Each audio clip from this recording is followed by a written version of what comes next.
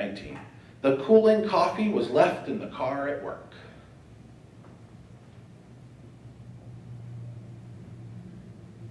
And number 20.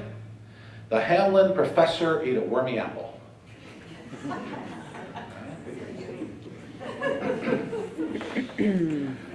All right, good. Now, let's go back up to numbers 1 through 10. What I'm going to do is I'm going to ask you 10 questions about the first 10. They won't be in the same order. Okay? But after I read the question, just write down the answer. This is not group work. Just write down the answer. If you're not sure, hang out, stare at the person in front of you, or whatever you need to do. You ready? First. What's that? I'm good. So I'm going to ask you 10 questions. So the first question is, what told truths about Tiny Tim? If you remember that, write that down next to number 1. And if you don't, just hang. Okay. All right. Number 2. What was left unattended?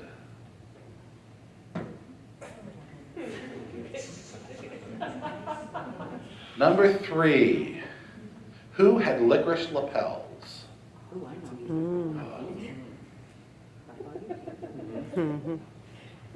Number 4. Who wore a coat and mittens?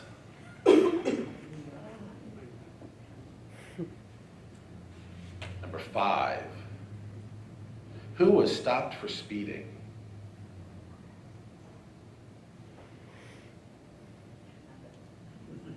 Number 6.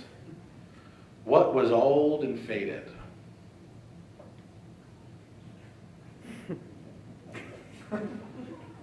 Number 7. What defended his territory aggressively?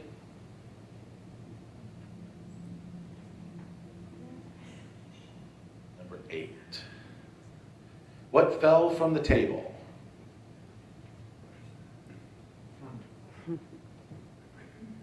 Number 9.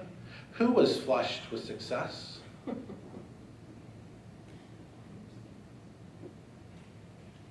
And number 10. Who looked out the window?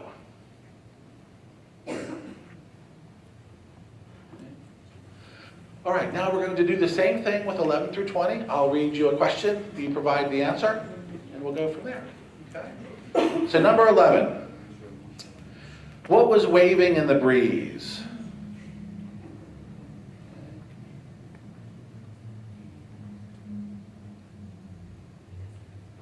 Number 12. What was standing in the field? Or what were standing in the field? 13. What was located in the lower lot?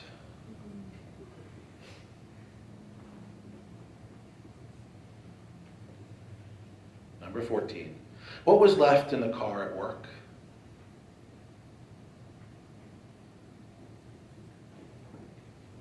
Number 15. Who alighted on the luggage? Spelling counts. 16. Who was afraid of heights? Adjective is optional. Bonus points. 17. What was left on the counter?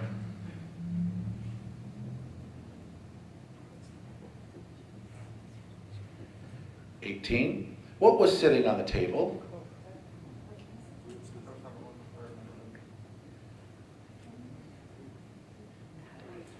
19. What ran circles around the guests?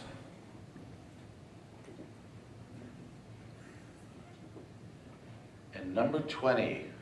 Who ate a wormy apple? Okay. All right, now, with our self-esteem restored, let's go back up to number 1 and see how we did, okay? So let's check and see how we did on numbers 1 through 10. What told truths about Tiny Tim? Trashy tabloid, good. What was left unattended? Tasty cake. Who had licorice lapels? Lanky librarian. Who wore a coat and mittens? Red sunbather. Who was stopped for speeding? A race car driver. What was old and faded? Picture of wolves. The wolf picture. Who defended his territory aggressively? Loud duck. What fell from the table? Toasted bread. Good.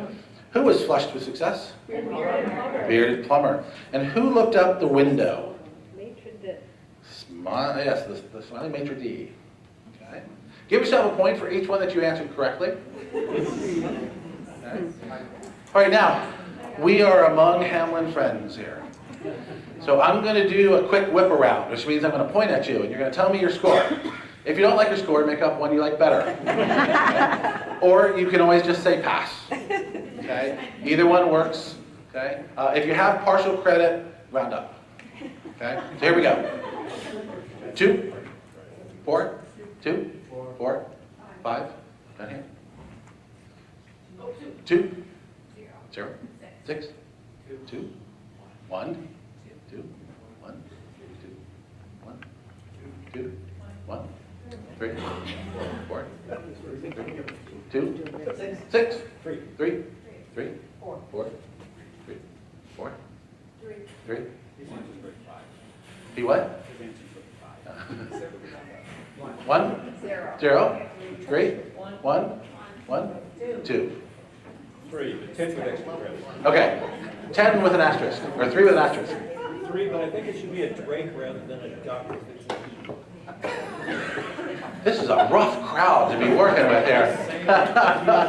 0. 0, nice. 2, 1, 2, 1, 1, 5, 2, 2, 7, 4, 5, okay. Over here, 1, 4. Did you guys do it? 1, 3, 8, 3. All right. All right, so we had a mean score of 3.21. Nicely done. All right, now let's go ahead and take a look at 11 through 20 and see how we did on 11 through 20. Here we go. What was waving in the breeze? Green grass. What was standing in the field? Large cows. What was located in lower lot? Minivan. What was left in the car at work? Coffee. Who lighted on the luggage? Concierge. Who was afraid of heights? Acrobat. What was left on the counter? Who was sitting on the? What was sitting on the table? Black book. Black book. What ran circles around the guests? Swift dog. And who ate a wormy apple? And professor. Nicely done. Nicely done. Go ahead and give yourself a point for each one that you answered correctly. Again, round up if you have partial credit. Okay. This time for gathering, what I'm going to do is I'll just say a number, like how many people had 0. Raise your hand with gusto. Okay. 1, 2, 3, 4. Excellent. 5, 6. Good. 7. Nicely done. 8. Good. 9. Good. 10. 11. All right, so we had a mean score of about 8.5. Okay, so we have a situation here, and certainly as a researcher, you love this, something was going on. In fact, there's lots of things that help to explain this difference. What I'd like you to do in your groups is try to come up with at least 2 reasons, and there are many, that influence this, that allows you to recall twice as many the second time than the first time on average, okay? So come up with 2 reasons for this, and go.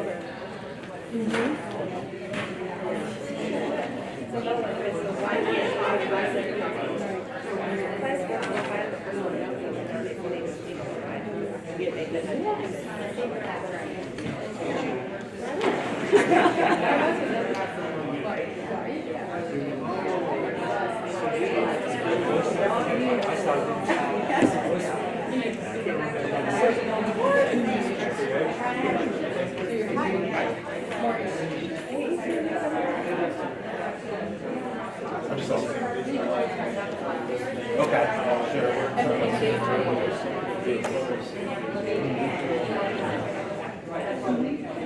Do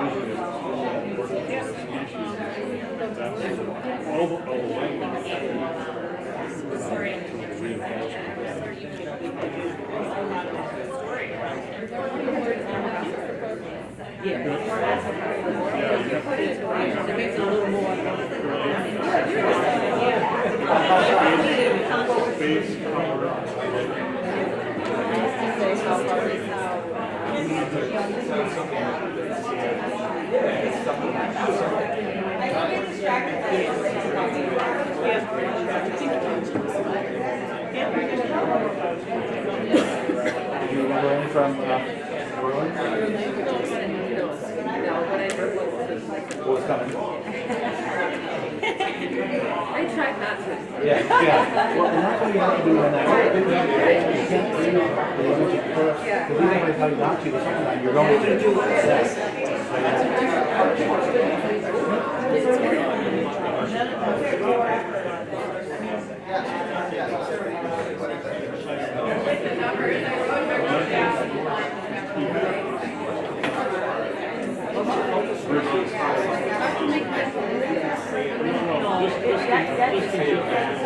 think most of us are all going to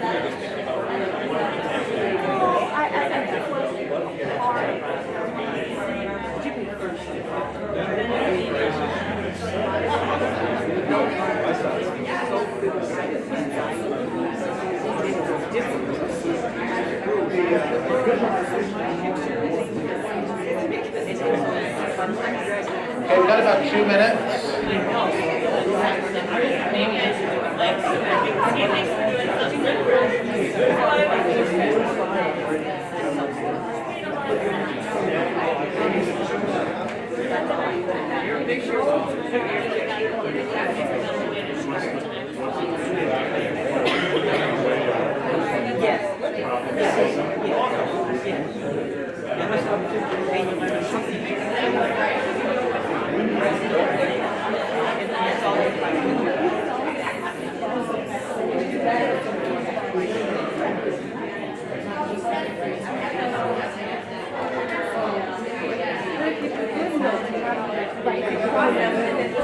About a minute.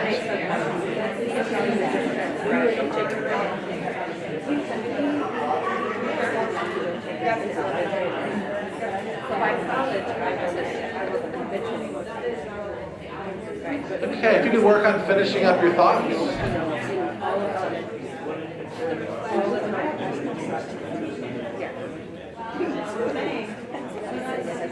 Okay, let's work on coming back together. All right, so the question was, and there are several responses to this, what helped us do better on the second 10 than the first 10?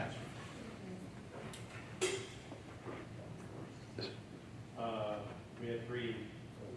Attention to semantics instead of phonology. Visual memory, auditory memory, and possible recency effect. Okay. So let's analyze these just a second. Yeah, let's start. The first one was imagery. Okay, so we are built for images. Our brain is built to process images, and so that's one aspect of images. The other is there's lots of information in an image. Okay? Depending on the nature of your image, there's color, there's space, there's orientation, there's movement, there's meaning. There's lots of things in that. The first one was semantics, so we're talking about meaning. Yes? Okay. So the second one was more meaningful, or what was the nature of the meaning coming out? Was it they were just more meaningful comments, or? I mean, the first activity you were asked to focus on the pronunciation, so you don't really have to attend to the significance of whatever is being said. All right. So in the first one, you were just asked for the pronunciation, in which case you didn't really have to think about what it meant. How many people for that one just repeated it in your mind and said, yeah, I could do that? Okay. All right. And then to create the mental image, you had to know what it meant. Okay. And then what was the third one? It was semantics and imagery? The second group came last. Okay, so recency effect, the primacy and recency effect is basically you tend to remember things that are closer or more recent relative to when you need to recall them. Now in this case, it was staggered. So it was A, and then it was B, and then it was A, and then it was B, A, and then B. So there's not really a lot of recency here because you had to go through the check of B, which was the A check, before then you did the B check. So not a lot of recency, but you need to think about that because we tend to remember the first things, primacy effect, and the last things, which are recency. The things in the middle are the things that we have a tendency of forgetting and getting confused. What else helps to explain this? Like I said, there's several things. Experience. Experience, tell me about that. So the first time I was doing it wrong. You were I was doing putting under number 4 and 5 all the different numbers. And so halfway through, I'm like, oh, I'm doing it wrong. So I spent a ton of time, I was more concerned just trying to follow directions. Okay. The second time I knew the directions. Yeah.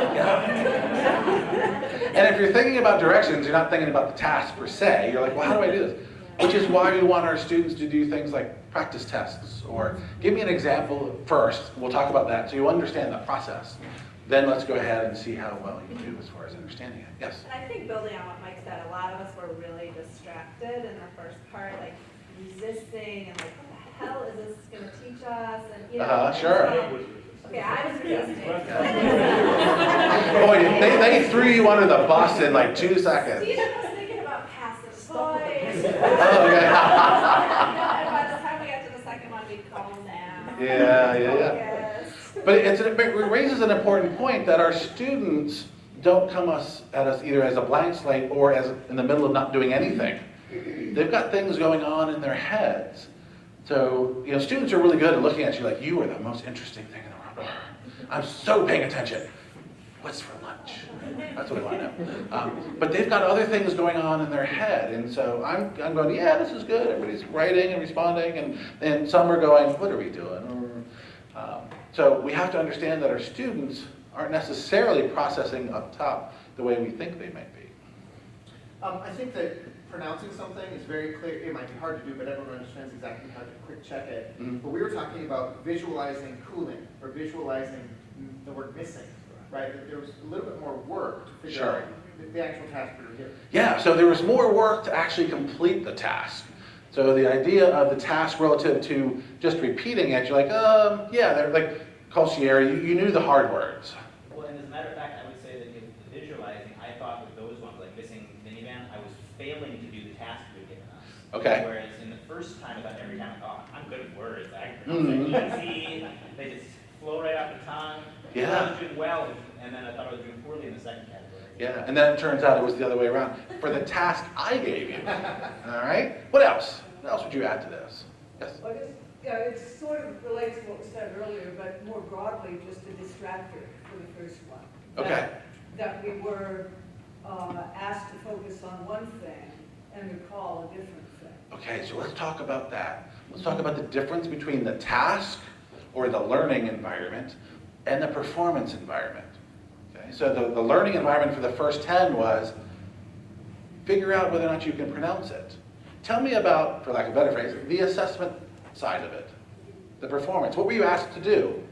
Basically, who was the subject of the sentence, right? What was doing the thing. So, again, as I was thinking about pronunciation, most of the things that I had to attend to in pronunciation, my mind got trickier towards the end of the sentence. And the subject, there wasn't really much difficulty pronouncing, but then you were asked to assess the subject. Yeah. Whereas in the visualization one, you had to work with the subject, and thus the subject was also easier to remember. I love being in higher ed because you can just hear your domain of expertise, right? What was your area of expertise? Actually, I want you to do that. Oh, English, composition, grammar. What's that? Philosophy. Okay, so pulling things apart and argumentation and really analyzing the sentence, which is very different than I had to think about the meaning. But it was like I was focusing on this part of speech and what I was doing for it. And that's one of the things I love about being in higher ed because we think about things differently. And you're going to get students looking at this in different ways. Okay, and sometimes it's just the phrases that we use. So what was the subject of the sentence versus what was the meaning behind the sentence? Yes? In the second step, we had to create something. Yes. In the first step, we did not. Okay, so there was a creation process because whose images were they? They were yours. How many people with a dog running around in circles? How many put your own dog in that? Okay, did any of you put your own friends? Like your backyard? Her dog. What's that? Her dog. Oh, her dog. Okay, there you go. So it's something that you knew. So we know that the things that we create ourselves, we have a tendency of remembering better. So I could have just given you 10 pictures and said, how easy or hard? But by making it yours, you get to go ahead and move forward with that. Okay, give me one more thing. Well, so we had some poets and visual artists at this table, so they rocked number 2. There you go. Yeah, and I think there's a difference because we are trained to think differently. And so some are naturally going to take these tasks on and either look at visual or some sort of imagery, look at some sort of what is the text really telling me, right? So we're going to be looking for different things. So what I want to do is a few things relative to what you've already said. So I'm going to repeat what you just told me, but it's on my slide, so I have to. Isn't that the rule? If it's on the slide, you can't skip it. All right? Otherwise, I'm going to get a nasty email, or my end of course evaluations are going to have somebody complaining I didn't talk about slide 47. So meaningful learning means we are taking the new experience and relating it to our prior knowledge. If we can't do that, that's the most basic level of understanding. If we can't somehow relate it to something we already know, then it's completely abstract. And we as human beings have trouble with abstract. So a piece just floating free, we don't do that very well. So what we do is we try to make as much sense of it as we can, given what we know. Which means as teachers, it helps for us to know where our students have been. I've taught in a number of different countries, and I was teaching in Ireland, and I thought this will be easy. Ireland, US, we're a lot alike, we share a common language, blah, blah, blah. What I found when I was teaching over there is I had no idea what the common experience of an 18-year-old Irish person is. So I'm going, so have you ever heard of this? No. How about this? No. I couldn't reference music, because a lot of them were listening to different musical styles. I just had no sense, so I had to start to figure that out. Now, I taught in Malawi in Southern Africa, and I was expecting that. Okay? And in fact, that was true. So in all of those cases, what I had to do was create a collective experience. So we've just had a collective experience that I could then build on for as long as I need to. All right? But we have to be able to relate something new to something we already know. Collaborative learning is taking what we know and wrapping around that new piece. So it's not enough to relate it. We then have to take what we know, wrap it around to make more connections, give it a deeper meaning. Okay, so if we're talking about the dog running around circles at the guests, well, talk to me about the nature of the dog and who was there and why were they there? And, what was going on? How long did it last? And what did the dog do? Did it just run around infinitely? It's still out in my backyard running circles? Or did it bite somebody? Did it go running off? Oftentimes students don't do this one, so we have to ask them questions like, so create, let's say we were solving problems, create your own problem in this area, in this genre. Then they have to dig in, grab something about what they know, and wrap it around that new problem strategy that we're using.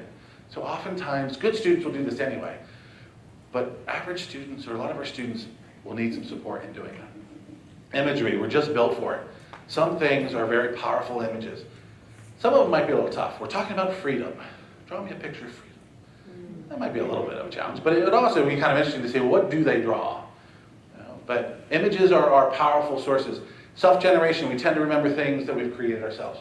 So we can give our students a summary, or we can ask them to create one. We can actually have them create it and then share it with a peer in class and have them read their peer and make suggestions. You know, I think you missed this idea here. I love what you phrased over here. This was great. Right? But when we create things, we tend to remember them better. If you want to learn how to make a video online that you can share with somebody, you kind of have to go out and do that. You can read about it, but that doesn't mean you're going to know how to do it. Self-reference effect. How many people got the one about the Hamline professor? All right. If you can relate it to what students know about and care about some part of their life, they're going to remember it better. If I'm doing a unit on coronary heart disease, and my student either has heart issues or a family member, then it's going to be more personal to them. They're going to remember it better. So part of it is I need to know who my students are to see if I can't create something they can relate to. Okay? It's hard to talk about oceans with somebody who's never seen an ocean. Okay? Imagine your bathtub, but really big. Okay? It just doesn't quite capture what that's about. Okay? And it's different to see a picture of an ocean than to stand on it and the water is lapping your toes. Like you gotta have the toe lapping thing to get really what an ocean is about. All right? So self-reference, encoding specificity. We know there's a relationship between how we learn and how we can perform. Okay, ultimately, we need to think about the performance environment first. And what I mean by that is, once they leave the university, how are they going to use the relevance of my class? What they know, what they can do, what they think about. Not just how are they going to use it in the next class, but once they're out. So if I'm teaching pre-service teachers, it's not about, well, what are you going to do in the next class? When you're in front of 25 8th graders, you need to know what to do. I taught middle school and high school for seven years. People either love middle school or they hate it. I thought it was awesome, because you never knew what was going to come in the door. Day to day it changed, all right? But it's different talking about teaching 8th graders, or even pretending like your peers are 8th graders, to having 25 8th graders bouncing up the wall, doing all that.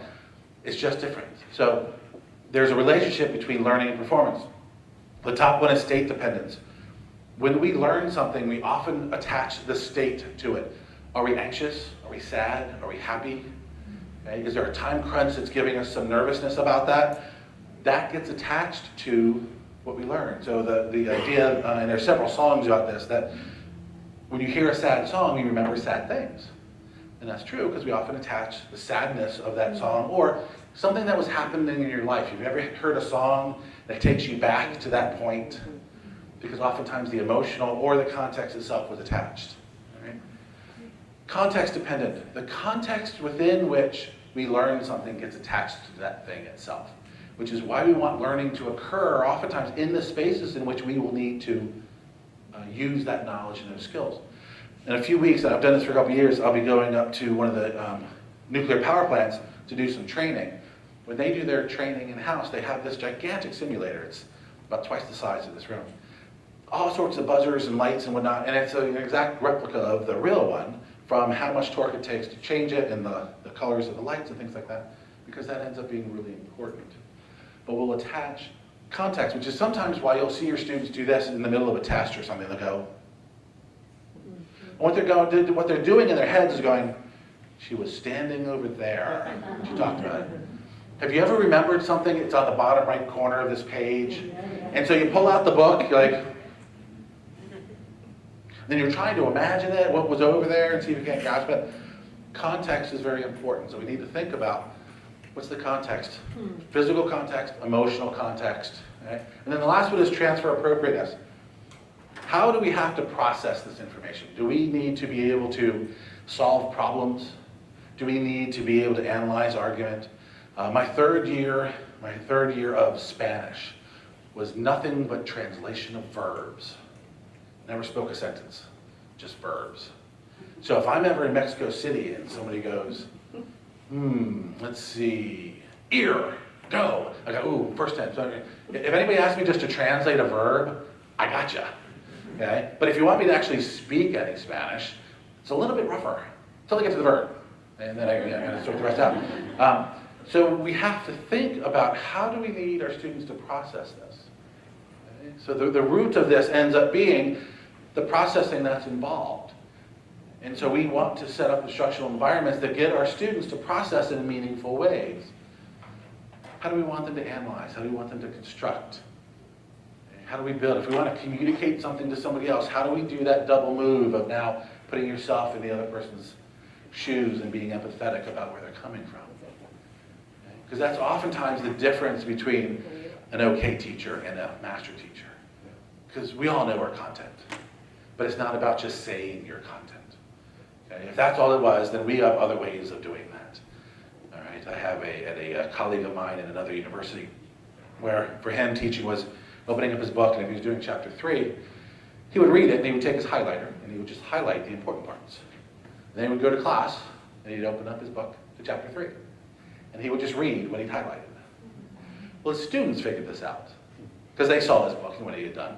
They would come to class and open up their books and take out their highlighters. So you could walk back, it was an open space school. You could walk past his class and you'd hear squeak, squeak, squeak, squeak, squeak, squeak, squeak, you know?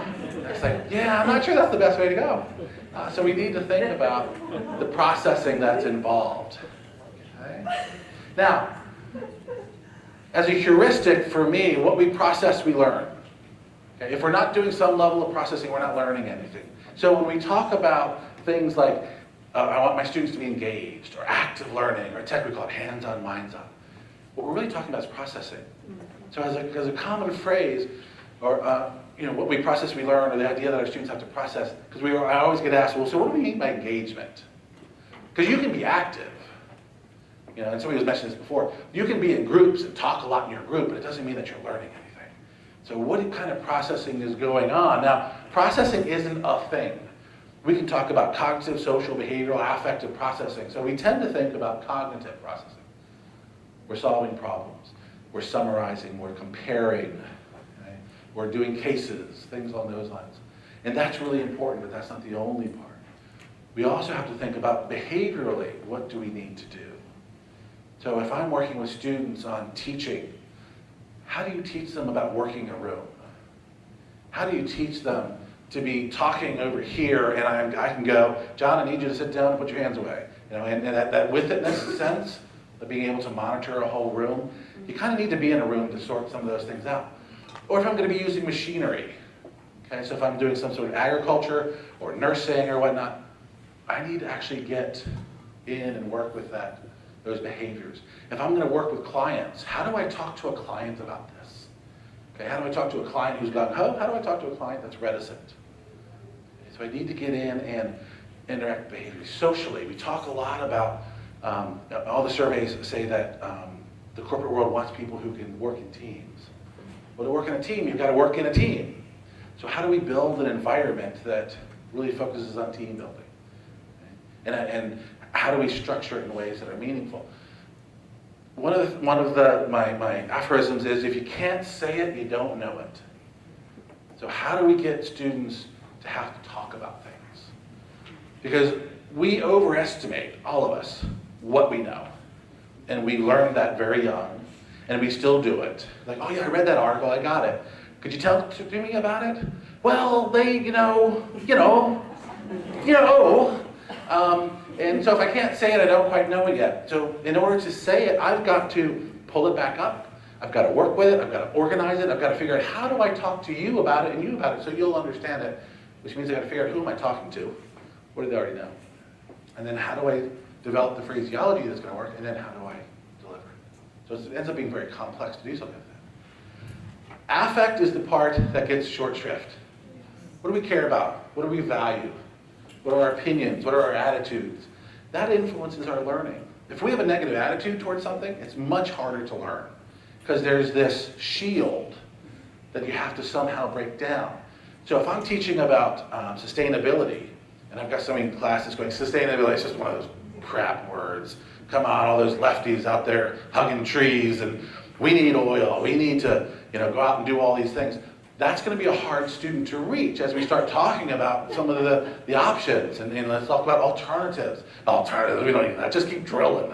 Right? And then you've got the people who are pro.